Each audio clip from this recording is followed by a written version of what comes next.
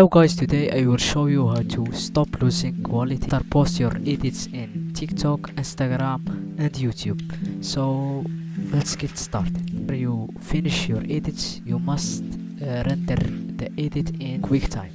So you're gonna go to File and Export and add to render queue and change the format to QuickTime.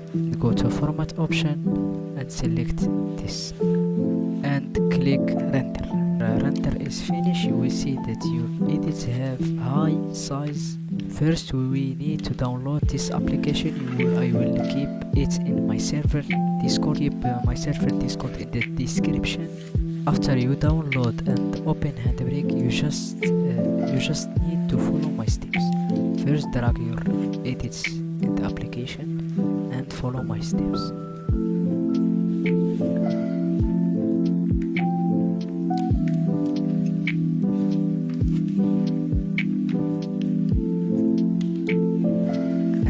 Start encode.